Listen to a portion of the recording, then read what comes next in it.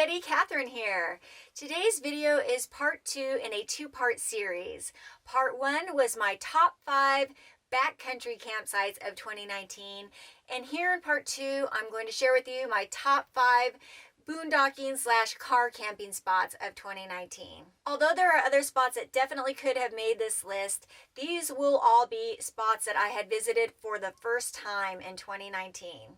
They were all sites that were new to me. I won't be sharing specific locations, however, I will be sharing the general area I was in. I did utilize applications for free campsites, and most frequently I utilized Campendium. Alright, let's jump into it.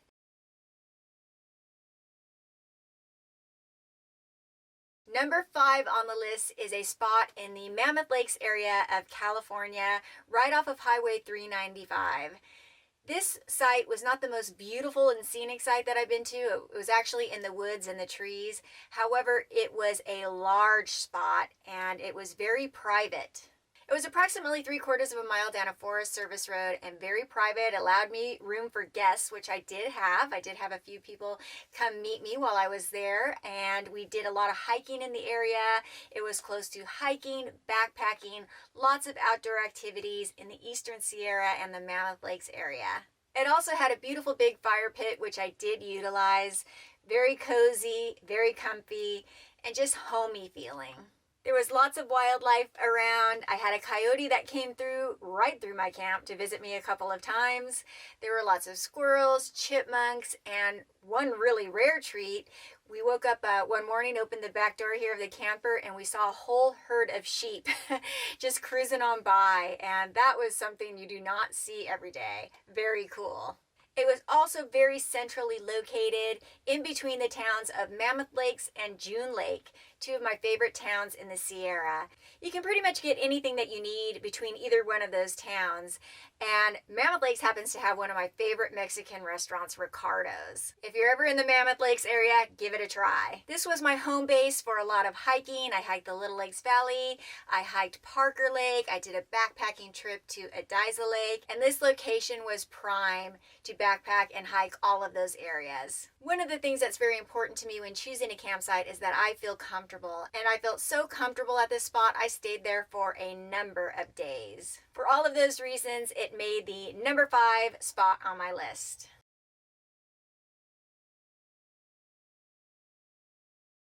Number 4. Number 4 is a place just outside of Moab, Utah. When I first hit the road back in May of 2019, the first stop I made was Utah, and I actually stayed in Utah the entire month of May. This spot was a score and was absolutely beautiful. It was among the red rocks and mesas, and actually right next to the Colorado River, and that made it extra special. Moab is known for having great biking trails, hiking trails, jeeping, and 4x4ing trails, and this was in an area right off of a 4x4 trail. On the drive in, there was an area that had climbing and actually a wall with pictographs, which was very cool. There was no cell service at this location, but that was okay with me. It was in close proximity to the town of Moab, which I had never been to. It was a very touristy town, which isn't quite for me, but I did grab some tacos from a lunch truck that were pretty awesome. It is also very centrally located to visit both Arches National Park and Canyonlands National Park, which I did visit Canyonlands. I didn't make it to Arches on that trip. It was very crowded from what I understood, and actually had been closed down because of the crowds. I wasn't into the crowds, so I'll have to visit it on another time, and I do plan on going back to this camp. I really enjoyed being next to the Colorado River. I love the Colorado River. It runs through one of my very favorite places, the Grand Canyon. I'll definitely be visiting this spot again. Moving on to number 3.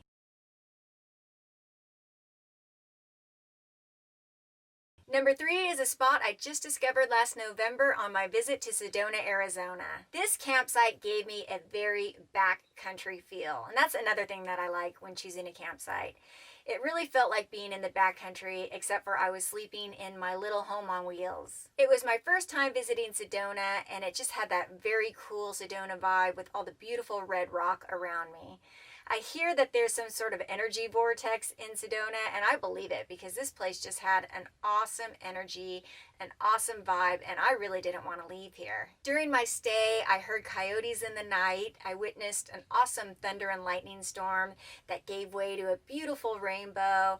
It was just surreal, actually. The beauty was unbelievable. Again, I did not have cell service at this site, and that's another thing that lended to the backcountry feel. I enjoy being unplugged from time to time, and that was a treat. It was peaceful, it was quiet, it was beautiful. There was no one camped around me. I had this stunning butte right in front of me. It just felt like I had been dropped into the middle of some sort of southwestern painting. It's at places like this that I can't help but think of what took place here many years ago. I almost could feel the spirits around me, and I just thought, if these walls around me could talk, the stories that they would tell. It just felt so much a part of our history and our heritage. Before we jump into the last 2 campsites on the list, I want to make note that the last 3 were free campsites on either BLM land or Forest Service land. These sites were all free. However, there are limits to the amount of time that you can spend at these spots. You want to make sure to check that before setting up camp. It could vary anywhere from 3 days to 14 days to 16 days. There are usually signs posted at the sites, so make sure you check that before setting up camp. All of these were dry campsites, meaning there was no electricity, no toilets, no services. They are completely off-grid, which I'm set up for, thankfully. I do have solar on my roof, and I do have a bathroom in my rig.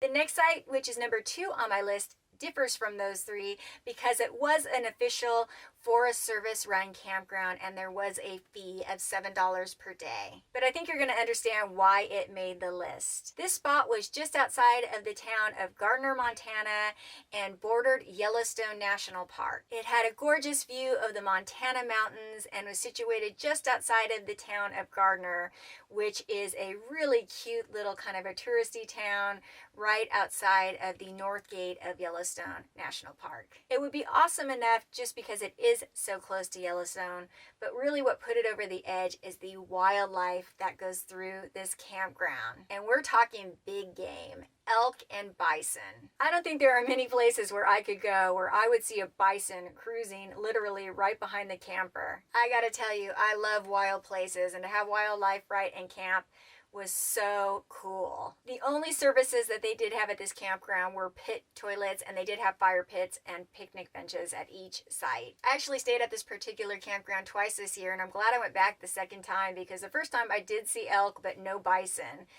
But I did experience some wild, crazy Montana lightning and thunderstorms, which was awesome. The first time I visited, I was able to enter Yellowstone National Park on 3 separate days. I do have a video of that trip, which I will link below, and I was so excited because I was able to see a mama sow grizzly and her 2 little baby cubs frolicking in the meadow, and I got some great footage of that. Not to mention coyotes, bison, and maybe what I thought what might be a wolf. And that brings me to number 1 of my car camping / boondocking spots of 2019, which is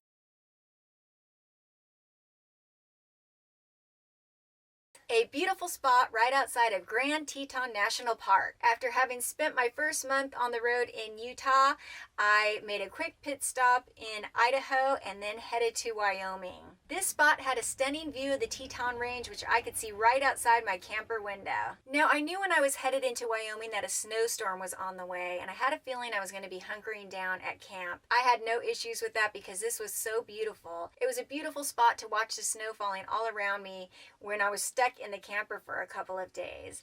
You know, being born and raised in Southern California, I did not experience the snow falling very often or being in the snow very often. Now it is such a special treat for me, and experiencing it in the Tetons was incredible. Right after I set up camp, a ranger came through, and I asked him if there were grizzlies in the area. He said just about 3 days before I arrived, there was a grizzly chasing a moose right through camp. I would have loved to have seen that, although I didn't get an opportunity to see that while I was there. After the snowstorm passed, I was able to go ahead and enter Teton National Park, where I did get to see a lot of wildlife. Apparently I just missed a bear by minutes. However, I did get to see pronghorn, elk, and bison. Not to mention just viewing the incredible Teton Range, where I visited Jenny Lake, just drove through, was in absolute awe of the beauty there. It is an incredible place. I have not had the opportunity to backpack there yet. However, it is on my bucket list. I absolutely love Wyoming and Montana, and if I ever do put down roots again, I have a feeling it's going to be in one of those states. I think there's plenty of backpacking and hiking to keep me busy for a good long while. I love how wild those two states are and the wildlife that roams, and I'm so happy places this wild still exist in the United States. Alright, that is going to do it for my top 5 car camping / boondocking sites of 2019. I hope you enjoyed the video, and I will see you on the next one. Bye-bye.